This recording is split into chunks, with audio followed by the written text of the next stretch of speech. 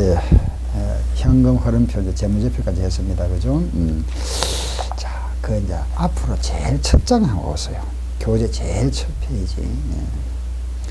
이쪽입니다. 페이지는 이 페이지인데, 그거 보시면 회계 이론적 구조 이쪽, 그죠? 제일 처음에.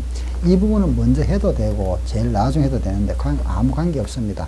근데 그동안 우리가 해왔던 걸 갖다 이래 체계를 한번 체계적으로 한번 정리를 하는 건데, 이 부분을 첫날 해버리면은 여러분들이 회계에 대한 기본 개념이 안 잡혀 있는데, 이게 좀 용어가 약간 어렵습니다. 그죠? 이런 말을 하게 되면 여러분들이 이해를 잘 하기 힘듭니다. 그래서 제가 중간중간 해왔다가 이제 이 부분을 갖다가 이론 부분에 따로 또 문제가 따로 출제되기 때문에 이 부분을 총 정리해 드릴 겁니다. 예. 그럼 결국 이 부분이 뭐냐 하면은 우리가 회계를 하는 목적이 뭐냐부터 시작합니다. 회계의 목적이 뭐냐. 회계 원리를 하는 목적. 회계 원리. 재무제표 작성하는 목적이 뭐냐. 그죠? 예, 보세요.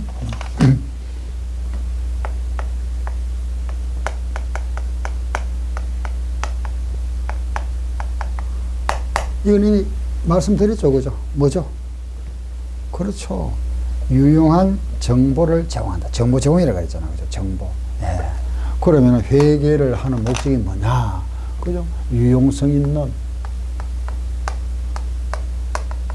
유용한, 그죠? 정보를 제공한다. 유용성 있는 정보를 제공한다. 누구에게? 누구에게 제공하죠? 그렇죠. 정보 이용자에게. 그죠? 요 제공받는 대상은 정보 이용자입니다. 정보를 이용하고자 하는 사람. 그죠? 그 정보 이용자가 누구냐? 예, 정보 이용자를 하는 사람은 외부 정보 이용자가 있고 내부 정보 이용자를 이렇게 크게 구분합니다. 내부는 딱 우리 한 사람, 물론 이제 사람 수는 한 사람이 더 되겠지. 그죠? 경영진이라 이랍니다. 경영자 또는 경영진. 내부 정보 이용자. 그럼 외부 정보 이용자라는 거는 그 회사에 이제 투자한 사람, 그죠? 투자자.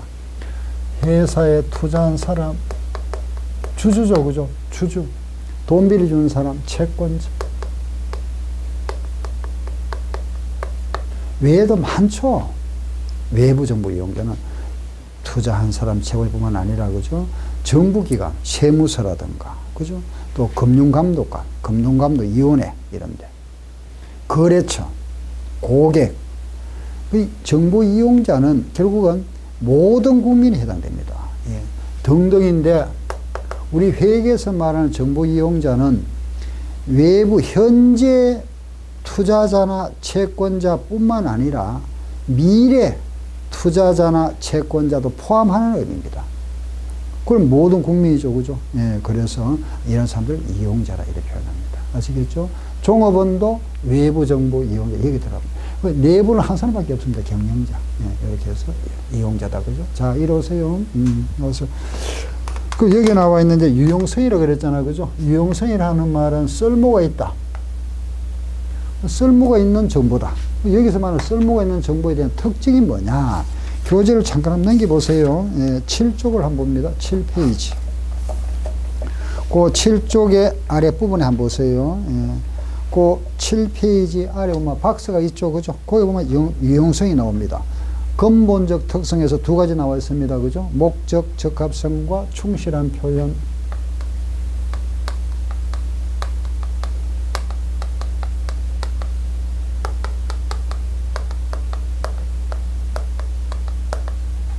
이렇게 두 가지입니다. 그죠? 목적, 적합성과 충실한 표현. 여기 바로 근본적 특성이랍니다.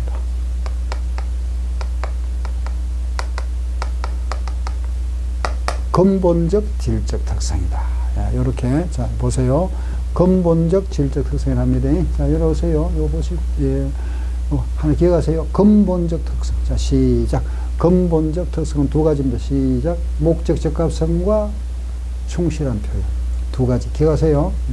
그럼 목적 적합한 정보가 되기 위해서는 정보 이용자에 어떤 목적에 맞는 정보가 되기 위해서는 밑에 있죠, 그죠? 예측 가치가 있어야 된다. 확인 가치, 중요성. 그래서 요 목적 적합성을 충족하기 위한 그 하부 속성, 구조가 세 가지 있다, 그죠? 요게 바로 뭐냐? 예측 가치, 확인 가치, 그리고 중요성. 예측 가치, 확인 가치, 중요성이다, 그죠? 또 하나 있죠, 그죠? 충실한 표현이 되기 위해서는 또 하부 속성이 세 가지 있습니다, 그죠? 충실한 표현이라 하는 거는 거짓이 없어야 된다, 그죠? 거짓이 없어야 된다. 진실한 표현, 여기는 세 가지입니다. 완전성, 중립성, 무오류. 완전성, 중립성, 무오류. 오류가 없어야 된다. 무오류. 이렇게. 아시겠죠? 무오류. 오류가 없어야 된다. 자, 이거, 예. 그럼 다시 정리하겠습니다. 유용한 정보가 되기 위해서는 근본적 특성이 있어야 된다. 두 가지입니다. 그게 하나는 뭐죠? 목적에 적합해야 되고 하나는 충실한 표현이 되어야 됩니다. 목적에 적합하기 위해서는 예측 가치. 우리가 어떤 투자를 할 때, 내가 1억을 투자했을 경우에 1억 2천, 내 수익 얼마 얻으리라 예측이 가능해야 되겠죠. 그래야 투자를 하죠, 그죠? 손해 볼 게 뻔한데 투자할 사람 아무도 없습니다, 그죠? 확인 가치. 어느 정도 확실성을 가져야 되겠죠, 그죠? 또 확인 가능해야 될 겁니다. 어느 정도, 그죠? 그 정보는 중요한 정보라 해야 됩니다. 그죠? 그래야만이 목적에 적합하다고 볼 수 있습니다. 이 세 가지입니다. 예측 가치, 확인 가치, 중요성. 아시겠죠? 요 확인 가치 우리가 다른 말로 피드백 가치를 하기도 합니다. 수정 가치를 하기도 합니다. 우리가 이만큼 말하면은 만약 100원을 예측을 했다가 우리 한 80원으로 수정하고 또는 뭐 120원으로 수정할 수 있다, 그죠? 수정 가치. 피드백 가치라는 거는 앞으로 피드 나갔다, 그죠? 피드 나갔다가 백. 결국은 이게 이제 컴퓨터 용어입니다. 앞으로 나갔다가 백 한다. 많이 쓰죠, 그죠? 피드백 가치. 예측과 백 확인하는 거죠. 예. 그래서 요거는 앞으로 나갔다가 백 한다. 피드백 가치를 하죠, 그죠? 예산과 실적, 뭐 이런 거 피드백 가치. 그래서 수정 가치를 하기도 하고, 중요한 정보를 해야 됩니다. 그죠? 충실한 표현, 거짓이 없어야 된다. 이게 충실한 표현입니다. 그러기 위해서는 완전성. 만약에 어떤 필요한 정보가 5가지인데, 그죠? 한 개를 누락하면 안 되겠죠? 4개, 5개 다 나타내야 된다. 이게 완전성입니다. 아시죠? 그 다음에 또 두 번째 보면은 중립성. 우리가 한쪽에 치우치면 안 되겠죠, 그죠? 예, 정보라는 것은 한쪽에 누구를 위해서 하면 안 되고 항상 중립성, 객관성 유지해야 됩니다. 당연히 오류가 없어야 됩니다. 그죠? 무오류. 요게 근본적 특성이다. 요게 두 가지 요소. 요게 이제 하부 속성이라 합니다. 요 근본적 특성을 보강하는 특성이 있다, 그죠? 보강적 특성이라 합니다. 이 보강적 특성에는 4가지입니다. 거기 한번 보세요.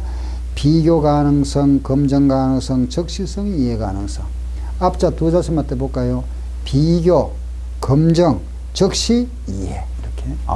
비교, 검증, 적시, 이해. 4가지입니다. 예. 비교 가능성, 검증 가능성, 적시성, 그리고 이해 가능성. 비교할 수 있어야 된다, 그죠? 비교 가능성, 검증 가능성, 적시성, 이해 가능성. 예, 아시겠죠, 그죠? 예. 그 보강적 특성은 비교, 정보는 다른 정보하고 이렇게 비교할 수 있어야 되고, 그죠? 검증할 수 있어야 돼요. 검증이 가능해야 되고. 시기적절해야 되겠죠, 그죠? 내가 정보가 오늘 필요한데, 여기 오늘 시기적절해. 적시성. 그리고 이해할 수 있어야 됩니다. 정보가 그죠? 만약에 그죠? 무슨 문자, 이상한 암호 같은 거 이러면 안 되겠죠. 우리가 보고, 이해할 수 있는 정보를 해야 된다. 이해 가능성입니다. 이게 이제 요 근본적 특성을 보호하는 특성이다. 그죠? 예, 이렇게. 요거는 암기하셔야 됩니다. 이거는 시험에 바로 나옵니다. 다음 중 근본적 특성이 어느 거냐? 이런 묻기도 하고, 다음 중 보강적 특성이 아닌 것 어느 거냐? 이런 식으로. 아시죠? 예, 그리고, 유형성 아시죠? 그죠? 예, 우리가 이 회계를 하는데, 그죠? 가장 기본 가정이 있다. 그죠? 자, 가정이라는 거는 이제 가설, 전제, 우리가 가정, 가설, 전제라 이라죠. 그죠? 만약 뭐뭐라면은, 여러분들이 지금 공부를 왜 합니까? 주택관리사 시험 합격하기 위해서 하는 거죠. 그죠? 그럼 하기 위해서는 뭘 해야 합격을 할 수 있죠? 공부를 열심히 한다면은 이거잖아. 그죠? 공부를 한다면은 이 가정입니다. 그죠? 그 회계에서 우리 기본 가정이 뭐냐? 요거는, 계속 기업이라. 기업이 계속된다는 가정이다. 기본 가정 하면은, 가설은, 과거에는 이게 4가지였습니다. 4가지, 뭐, 계속 기업, 회계, 기간, 뭐, 기업 실체, 공정회가 4가지 나왔었는데, 지금은 그 필요 없고, 딱 하나만 잡습니다. 계속 기업을 전제한다. 그럼 기업은 우리가 계속된다, 그죠? 그럼 요 반대가 무슨 말이죠? 청산기업이잖아. 오늘 기업을 오늘 문 닫습니다, 그죠? 오늘 기업을 문 닫는다는 거는 오늘 현재 기업을 청산하면은, 그죠? 오늘 현재 기업의 재산을 오늘 현재 가격으로 알아봐야 되겠죠. 시가. 그래서 이걸 갖다 청산 배당을 하게 됩니다. 그죠? 예, 서로 주주들끼리 배당해 가겠죠. 계속 기업을 전제로 하기 때문에 우리는 장부에다가 뭘 기장하죠? 취득원가를 기장합니다. 그죠? 요 취득원가를 기장하고 취득원가를 배분해 나가죠. 그죠? 예. 그래서 우리는 취득원가를 하지만은, 물론 이제 취득원가의 정당화 하는 겁니다. 계속 기업이. 아시겠죠? 예. 그런데 물론 이제 취득원가를 하지만은 주식 같은 건 또 뭐라 하죠? 시가를 하죠. 그죠? 예. 그 시가를 하는 게 있습니다. 일단은 우리는 계속 기업이 기본 가정이다. 그걸 아시고. 다음 또 이리 오세요. 정보라 그랬잖아요. 그죠? 정보. 그럼 여기 정보, 우리가 회계상 정보가 뭘까요? 우리 그동안 공부해 왔던 거잖아요. 자산부채 수입비용. 다시 말씀드리면 자산부채 자본 수입비용입니다. 그죠? 자산, 부채, 자본, 수입, 비용. 이게 회계 정보입니다. 우리는 그동안 해왔던 거. 자산 했죠. 그죠? 부채 했죠. 자본 했죠. 수입 비용 했죠. 여기에 대한 뭐 회계 변경, 그죠? 오류 수정, 재무제표까지 했죠. 그죠? 자산, 부채, 자본에 대해서 작성하는 표를 뭐라 그랬습니까? 재무상태표. 그죠? 수입 비용에 대해서 작성하는 표를 뭐라 했죠? 손익계산서. 요 자본의 변동을 나타내는 표를 뭐라 하죠? 자본 변동표. 현금의 흐름을 나타내는 거 현금 흐름표. 그죠? 그럼 이제 이 자산, 부채, 자본의 계정들, 자산이 어떤 게 자산이냐? 부채는 뭐냐? 그죠? 자본이 뭐냐? 수익이 뭐냐? 비용이 뭔데? 특징이 어떤 게 있느냐? 이런 식으로 특징. 각 항목들에 대한 특징. 그리고 이런 자산, 부채, 자본을 언제 인식할 거냐? 인식은 언제 할 거냐? 기록 언제 할 거냐? 그죠? 이 금액들은 어떻게 또 측정할 거냐? 자산, 부채는 우리 인식한다는 것은 효익이 있어야 됩니다. 그죠? 효익이 있어야 되고, 효익은 유익 가능성이 높아야 되죠. 그죠? 그때 장부에 기록하자. 인식하고. 측정은 뭐라 하느냐? 취득했을 때 그 취득 원가. 그죠? 취득 원가. 그래서 연말에 가서 시가로 고치는 건 뭐라 하죠? 시가. 그대로 두는 거는 원가법. 시가로 고치는 건 시가법. 나중적으로 하는 거는 저가법. 특징 또 하나 있죠? 지분법 하나 있었다. 그죠? 인식과 측정. 인식하는 거는, 그 인식은, 자산의 인식이라는 거는 효익이, 유익 가능성이 높아야 됩니다. 그죠? 부채는 효익이 유출 가능성이 높아야 된다. 그죠? 인식. 측정. 측정은 취득원가. 요게 우리가 근가입니다. 그죠? 취득원가를 근간으로 하고, 또 요 뭐가 있죠? 시가가 있다. 취득원가를 우리 다른 말로 뭐라 했죠? 역사적 원가. 그죠? 요 시가를 우리가 3가지로 나눴습니다. 그죠? 시가 하는 것이 바로 첫째 뭐였죠? 현행 원가. 현재 행해지는 원가다. 현행 원가. 시가, 현행 원가. 알겠죠? 그리고, 현재 가치. 미래 현금 흐름의 현재 가치. 그렇죠? 이런 거. 현행 원가, 시가를 하죠. 그죠? 시가. 이거는 실현 가치, 현재 가치. 또, 오늘 현재 우리가 실현 가치다. 미래 현금 흐름의 현재 가치. 이 말이 결국은 이런 의미가 모두 시가의 의미를 그랬잖아. 그죠? 현행 원가, 실행 가치, 현재 가치다. 이런 말들 다 우리 해왔던 겁니다. 그죠? 예, 쭉 자산이 뭐냐 공부했잖아. 그죠? 부채가 뭐냐, 자본, 이거 다 해왔던 거. 인식 언제 기록할 거냐, 측정 이런 거 다 해왔던 겁니다. 그죠? 지금 오늘 이런 것만 이제 정리하는 거죠. 그죠? 이론적으로. 이런 걸 이제 처음 해도 되고, 뭐 끝에 가서 마지막에 해도 아무 문제 없습니다. 그죠? 우리가 이제 하면서 마지막에 하는 게 낫죠. 이런 게 기업의 정보다. 그죠? 이런 걸 정한다. 누구에게? 이런 사람에게. 아시겠죠? 그럼 이런 정보에 대한 그죠? 이 재무제표에 대한, 우리가 이 재무제표를 재무제표가 보고하는 양식이잖아. 그죠? 양식. 재무보고를 하기도 합니다. 그죠? 이 재무제표 또는 재무회계하기도 하고, 재무보고, 뭐 다 같은 이야기입니다. 이게 그 개념을 체계화했다. 재무회계 개념 체계를 하는 겁니다. 이렇게. 예. 그리고 이제 이런 걸 이제 여기 원칙인데 우리가 또 회계 원칙이 있으면은 회계 뭐가 있죠? 예외가 있죠. 그죠? 작성하는 원칙이 있으면 예외가 있다. 그죠? 예외가 뭐죠? 여기 바로 회계 관습이라고 그랬죠? 회계 관습에는 뭐가 있죠? 보수주의, 중요성, 업종별 관행. 그죠? 회계 원칙은 뭐죠? 우리 법이 뭡니까? 국제의 기준. 예외. 법에 없는 거. 옛날부터 이제 어떤 오랜 관례로 내려오는 거. 그게 이제 보수주의 같은 거. 이익을 적게 계산하는 거. 우리가 선택 가능한 방법이 두 개 이상 있을 때 이익이 적은 쪽. 세금을 적게 내는 쪽. 물론 기초에. 그죠? 그 다음 중요성. 금액이 크면은 따로 하고, 수수료, 전기료 금액이 크다? 그러면 수수료 얼마, 전기료 얼마 내야 되겠죠. 그죠? 금액이 안 크다? 그러면 묶어서 뭐라 하죠? 수도, 광열비 이렇게. 은행 같은 데는 현금 기준 합니다. 관행. 은행에 뭐 다른 거 없잖아. 그죠? 예상하는 거 없죠. 그런 말 없잖아. 그죠? 그래서 업종별 관행, 뭐 현금 기준을 원칙으로 한다. 이런 게 업종별 관행입니다. 이런 걸 이제 체계한 게 이제 개념 체계라 이랍니다. 재무회계 개념 체계다. 그 이 부분은 결국은 우리가 하고 있는 코리아, 그죠? 인터내셔널, 국제, 파이낸스, 리포팅, 스탠다드, IFRS. 여기 뭐죠? 국제의 기준이잖아. 이거하고 이거는 같은 거죠. 이 국제의 기준이 건강한 개념 체계가 돼야 되고, 또 개념 체계에 따라서 이게 제정돼야 됩니다. 그렇죠? 그런데 혹시라도 이 법과 이 개념이 서로 다른 경우다. 다른 경우가 있더라.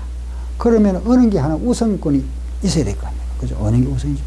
그렇죠. 당연히 법이 우선합니다. 이게 법이니까. 그렇죠? 이 우선한다. 이게 모든 시험에 다 나왔습니다. 물론 우리 시험도 나왔죠. 주택가자 시험에도 나왔었고, 공무원 시험에도 나왔었고, 또 감정평가사 시험에 나왔었고, 세무사 시험에 나왔었고, 공인회계사 시험에도 나왔었고, 항상 여기 우선한다. 아셨죠? 그럼 이런 이제 개념 체계화 했다. 그죠? 이제 이런 식으로 제가 요약했습니다. 이렇게 개념 체계를 요런 목적의 이유가 뭐냐? 왜 했느냐? 그죠? 목적. 뭘까요? 바로 이 목적이라는 거는 어떤 일관된 지침을 제공하고자 하는 겁니다. 지침. 그렇죠? 요렇게 하자. 이렇게. 목적은 일관된 지침을 제공하고. 그죠? 기본적인 방향 제시.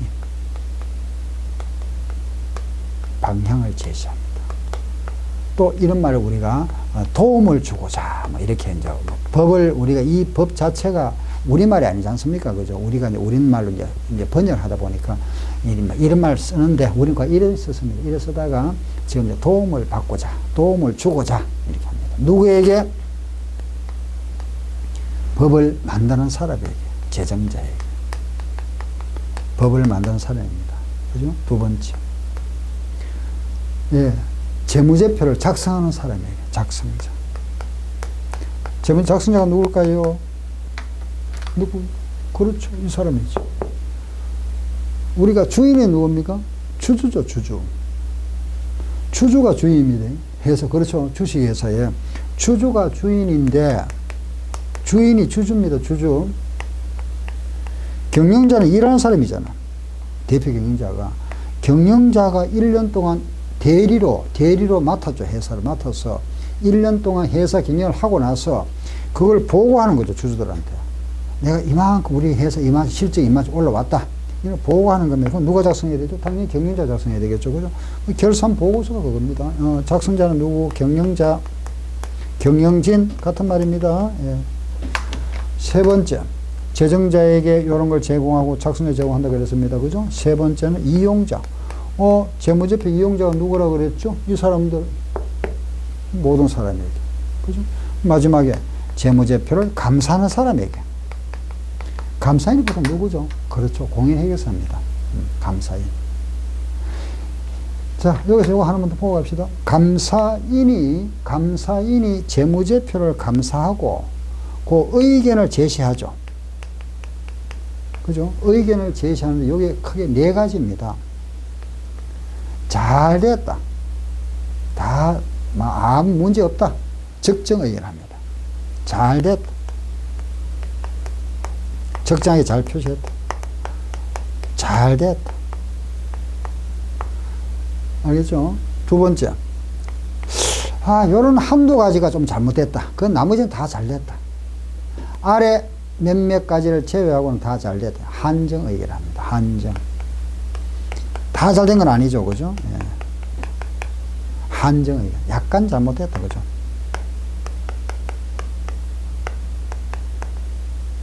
한정 의견. 세 번째는 좀 많이 잘못됐답니다. 많이. 요거는 약간 잘못됐다. 좀 많이 잘못됐다. 회계 처리가 많이 잘못됐더라. 요거 반대. 부적정 의견. 아니 불자여서 부적정 의견. 잘 됐다는 적정 의견. 조금 잘못됐다. 한정 의견. 많이 잘못됐다. 부적정 의견. 그런데 감사로 갔는데 그 피감사인 감사받을 사람이 사무실 나오지도 안 하고 자료도 없다 하고 캐비넷 문도 안 열어주고 서류를 안 보여줍니다. 그럼 감사의 제안을 받았죠. 그때는 의견 거절해버립니다.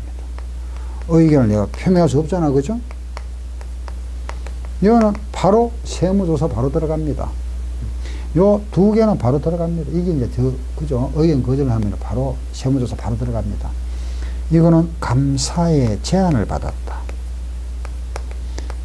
요거 감사 제안 나오면 요겁니다. 알겠죠? 의견 거절. 요 감사 의견이 네 가지입니다.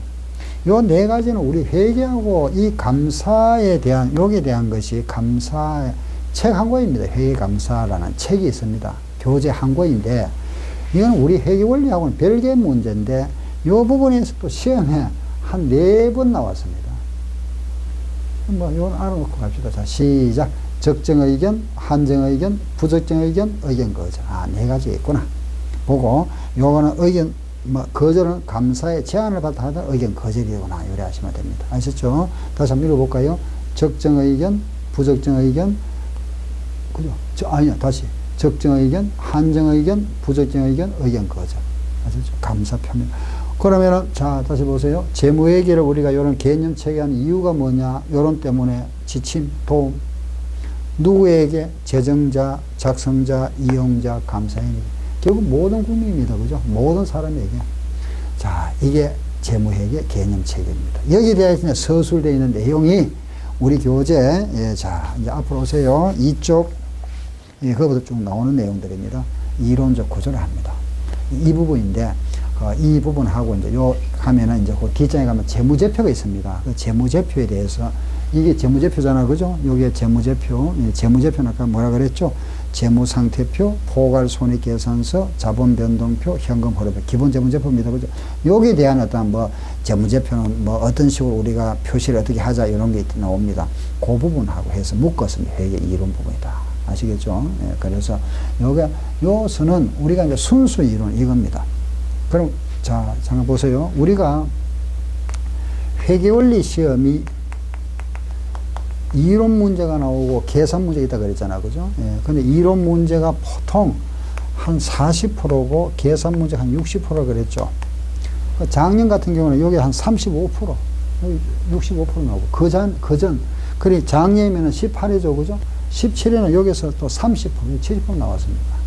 또 그전에 또 반반 나왔고, 그 이제, 이건 딱 정해진 게 없고, 그동안 나왔던 걸 비율을 보면 약 1에 나옵니다. 아시죠? 40문제니까 16문제와 24문제, 이렇게. 그런데 여기서 이 이론이라는 것은, 요 이론 부분은 우리가 순수한 회계상 이론이 있다, 그죠? 이게 바로 순수한 이론입니다. 그 외의 이론은 뭐냐? 이 계산을 하기 위한 이론이죠. 이걸 알아야 계산 문제를 풀 수가 있잖아, 그죠? 우리가 공식을 알아야 계산 문제를 풀 수가 있죠. 그동안 해왔잖아, 그죠?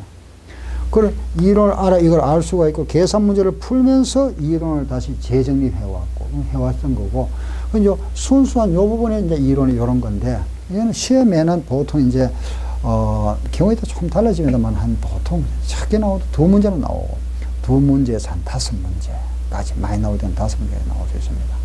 한 2문제에서 한 5문제 사이다. 이렇게 아시면 되겠습니다. 기본적으로 이런 건 아시고, 자, 이쪽으로 한번 볼까요? 그 2페이지 뭐 다른 건 안 보셔도 되고, 그 아래 보면은 회계 정보 이용자 보이죠? 예, 내부 정보 이용자와 외부 쭉 이제 좀 읽어되어 있습니다. 그죠? 한번 읽어보시면 됩니다. 아, 이런 사람들이구나. 예, 오른쪽 한번 볼까요? 2번 보면은 재무보고와 재무제표 나옵니다. 그죠? 재무상태표, 포괄 손익계산서, 자본변동표, 현금흐름표. 그 기본 재무제표에다가 뭐가 들어갑니까? 추석, 아셨죠? 뭐 재무회계가 관리는 다 알고 있고, 그 4쪽에 보시면은 그동안 우리 해왔던 게 뭐죠? 재무회계입니다. 그죠? 이제 관리하면 이제 원가 관리회계. 예, 이제 다음 이제 보면 이제 요게 이론 부분이 끝나고 나면 이제 원가 관리회계 합니다. 그래서 원가 계산은 누굴 위해서 하는 거죠? 우리가 이 분필 지우개를 만들었습니다. 그죠? 우리가 분필 지우개를 만들어서 만약에 이게 우리가 판매하는 회사입니다. 그죠? 이 원가를 소비자가 알면 됩니까? 안 됩니까? 안 되죠. 그죠? 원가는 절대 비밀입니다. 그죠? 누구를 알아야 되죠? 사장을 알아야 되잖아요. 그렇죠? 경영자. 그렇게 이거 원가는 누구한테 보고하는 거죠? 그렇죠? 경영자한테 보고하죠. 왜? 경영자가 관리하기 위해서. 그죠? 그래서 원가 너무 많다. 그러면 이제 여러 가지 이제 원가 절감을 해야 되겠죠. 예, 원가 절감에 대한 방안을 갖다가 마련해서 또 그래 하고, 예, 그런 겁니다. 그래서 우리는, 원가 회계는 항상 경영자에게 보고하는 겁니다. 아시겠죠? 예, 그래서 그거 보면은 경영자는 바로 내부입니다. 그죠? 내부 정보 이용자. 경영자다. 아시겠죠? 예. 그 나머지는 쭉 읽어보시면 됩니다. 재무회계라는 거는 정보의 방향이 뭐죠? 과거 지향적입니다. 우리가 1월 1일 날, 오늘 이날이잖아. 그죠?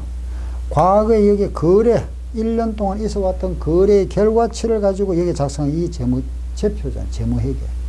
이걸 가지고 앞으로, 그죠? 우리가 이 만약에 경영에 대한 결과를 가지고 앞으로 생산 라인을 축소할 건지, 생산 라인을 또 확충할 건지를 결정합니다. 그죠? 관리 측면에서.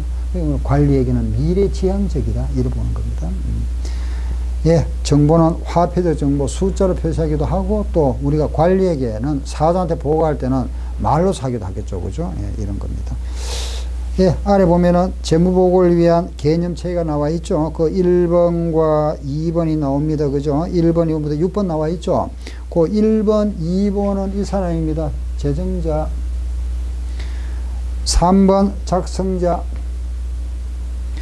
4번은 감사인. 5번과 6번은 이용자에 대한 이야기입니다. 아시죠? 예, 이 사람에게 어떤, 예, 도움을 준다. 그죠? 기초가 되는 정보의 개념을 정립하고. 예, 5쪽에 개념 체계의 위상이 나와죠. 위상이 이 말입니다. 자, 요거 보세요. 요 말, 요거. 예. 그니, 재무회계 개념 체계는 이 KIFR에서 우리 국제의 기준을 우선하지 못한다. 이게 항상 우선한다. 그런 뜻입니다. 그게 위상이라 합니다. 아셨죠? 예, 개념 체계는, 우리 이런 개념 체계는 시대의 변화와 환경의 변화에 따라 변동이 되겠죠. 변화가 됩니다. 변화하다면 개정되겠죠. 그죠? 그러니까 이거는 일정 불변의 원칙이 아닙니다. 항상 개정될 수 있다. 가변성이 있다. 회계는 불변성하면 틀립니다. 항상 가변성이 있다. 재밌습니다. 예, 그래서 요 개념 체계 아래 그 문제를 보면은 우리 시험에 나왔던 문제. 이래 나왔습니다. 답만 한번 보도록 합시다. 예, 5번. 개념 체계는 특정한 측정과 공시에 관한 기준을 정하지 아니하나 특정 국제의 기준에 우선한다, 우선하지 못한다, 틀린다. 그죠? 이렇게 답이 틀린 답입니다. 네, 뒤로 넘겨볼까요? 일반 목적의 재무보고라 그랬습니다. 그래서 우리가 하고 있는 게 바로 일반 목적의 재무보고입니다. 일반 목적이 있으면은 특수 목적이 있겠죠, 그죠? 특수 목적 하는 게 이제 뭐 원가 계산이다, 뭐 이래 보시면 됩니다. 원가 계산한 거는 이제 특수 목적이죠, 그죠? 그러니까 일반 재무 회계는 모두 일반 목적이다. 일반 목적의 재무, 이런 일반 목적의 재무보고를 하는 목적이 뭐냐? 유용한 정보 제공이다. 그죠? 유용한 정보 제공이다. 하고 나서 아래 내용들 한번 읽어보세요. 예, 우리는 딱 하나, 유용한 정보 제공이다. 이렇게 하시면 되고, 예, 그 안에 내용들 우리가 이제 큰 그 타이틀을 보시면 됩니다. 왜냐하면은 이런 국제 기준에 대한 이런 이야기 쭉 설명이 나오잖아요. 그죠? 이게 전체가 이제 회계학에 대한 겁니다. 우리가 할 거는 회계학이 아니고 회계학 안에 있는 요 부분이잖아. 그죠? 이렇게. 그래, 전체에 나와 있는데, 이까지 다 깊이 들어갈 필요 없지 않습니까? 그죠? 우리는 이것도 벅찬데. 그죠? 예. 우리는 요 부분을 하고 조금 추가할 게 있으면 이제 하는 거지. 그죠? 그래서 우리는, 정보 제공이다. 알고, 시간이 있고, 좀 더 보실 분들은 그 6페이지 밑에 안에 내용들이 있죠. 그죠? 한번 읽어보시면 됩니다. 무슨 말인지 아시겠죠? 7페이지. 3번, 일반 목적 재무보고의 한계. 우리 이런 재무보고를 하는 한계가 있다. 그죠? 1번 한번 보세요. 현재 및 잠재적 투자자, 대여자, 기타 채권자가 필요로 하는 모든 정보를 제공하지 않으며, 모든 정보를 제공하지 않으면 제공할 수도 없다. 그죠? 예. 우리가 정보를 제공하는 것은 무슨 정보죠? 그렇죠. 회계상 정보지. 기업의 회계와 관련된 정보, 장부, 수익과 비용, 재무 상태, 자산 부채적, 여기에 대한 정보지. 그 기업의 어떤 뭐 신용도가 어떤지, 그죠? 뭐 이런 노하우가 뭐가 있는지, 이런 정보를 제공할 수는 없는 겁니다. 그죠? 우리가 하는 거 이 회계상의 정보다. 그죠? 두 번째, 일반 보고서는 보고 기업의 가치를 보여주기 위해, 우리가 하는 거는 그 기업의 가치를 보여주기 위한 게 아니죠. 그죠? 물론 약간의, 우리가 말하면 이 제표를 작성함으로써 그 기업의 가치 정도는 측정할 수는 있겠죠. 그죠? 그렇지만 정확한 건 아닙니다. 그죠? 여러분들 중에서도 뭐 주식 투자를 많이 하죠. 만약에 어느 A라는 기업이 있는데 이 기업의 가치가 지금 100원짜리입니다. 이 기업의 가치를 측정하면 한 100원짜리인데 이 기업이 지금 주식이 만약에 80원에 거래된답니다. 그럼 이 주식은 앞으로 가치가 100원이라면 앞으로 올라가리라 예상이 되죠. 그죠? 그런데 기업의 가치는 100원인데 이 회사 주식이 지금 150원에 거래되고 있다면 이거는 조금 말하면 거품이잖아. 그죠? 앞으로 하락할 가능성이 많죠. 이걸 알고 이걸 안다면, 이거는 이제 그 시세가 나오니까 이걸 안다면은 주식 투자에 조금, 그죠? 불안 요소를 제거할 수 있는 거죠. 그죠? 그래서 우리가 기업 가치에 대한 거는 별도 또 책이 있습니다. 별도로 공부를 하셔야 됩니다. 예, 이 부분은. 그래, 회계상에서 우리가 제공하지는 않는다. 그 말입니다. 그죠? 그 다음 3번. 예, 우리가 하고 있는 이 보고서는 정확한 서술보다는 상당한 추정이 많이 들어가죠. 그게 바로 뭐였죠? 내용 연수라든가, 그죠? 또 잔존 가치라든가, 대손율이라든가, 또 만약에 AS 비용이라든가, 등등 이런 자산의 진부화라든가, 이런 추정치가 많이 개입됩니다. 예, 그래서 이런 것이 많이 좀, 추정 들어간다. 그런 뜻입니다. 그리고 아래고 제조특성 칠판 제가 적어 놨습니다. 그죠? 예, 뒤로 가봅시다. 8쪽에 이제 설명들이 나옵니다. 그에 대한 여기에 대한 설명들. 근본적 특성이 뭐냐? 목적 적합성과 충실한 표현이다. 그 목적 적합성 안에 보면은 기역, 니은, 디귿, 리을, 미음 5개 나와 있습니다. 그죠? 그 5가지를 요약하면은 3가지입니다. 핵심적인 거. 그게 뭐였죠? 그렇죠. 예측 가치, 확인 가치, 중요성. 그걸 이렇게 5가지 나눠놓은 겁니다. 아시죠? 예, 또 시원하면 읽어보시면 되겠죠. 그죠? 예, 아래 내려갑니다. 그 충실한 표현하고 우리 3가지였잖아요. 그죠? 완전성, 또 뭐 있었죠? 중립성, 무오류. 그런데 그거 보면 또 5개 나와 있죠. 그죠? 그 5가지를 요게 3가지로 조약하면 됩니다. 보강적 특성이 나옵니다. 그죠? 비교, 가능성에 5개도 나와 있잖아. 그죠? 우리는 이제 회계원리 시험에서는 보통 비교 가능성, 이렇게 큰 것만 보통 냅니다. 보호관계적 특성이 아닌 것 찾아보세요. 이런 거고. 그럼 이제 회계학 시험에서는 다음 중 비교 가능성에 대한 설명이다. 틀린 거 찾아보세요. 이런 식으로 좀 더 들어가서 좀 세부적으로 물어보는 게 이제 회계학 시험, 중급 회계 쪽이다. 그래 하시면 됩니다. 그러면은 그 비교 가능성에 대한 말이 쭉 나오죠. 그죠? 아, 이런 거구나. 나중에, 이런 부분은 나중에 이제 우리가, 심화 과정에 가서 얘가 다시 또 시간 고 허락하면은 다시 말씀드릴 겁니다. 아시겠죠? 검증 가능성에 대한 게 또 2개 나와 있습니다. 그죠? 적시성. 또 이해 가능성이 나옵니다. 그죠? 아래 내려갑니다. 유용한 정보에 대한 원가. 자, 이런 정보. 자, 이거 보세요. 우리 기본 과정은 계속 기업입니다. 그죠? 이런 정보가 있습니다. 이런 정보. 자, 이런 정보는, 그죠? 포괄적 요인이라 이랍니다.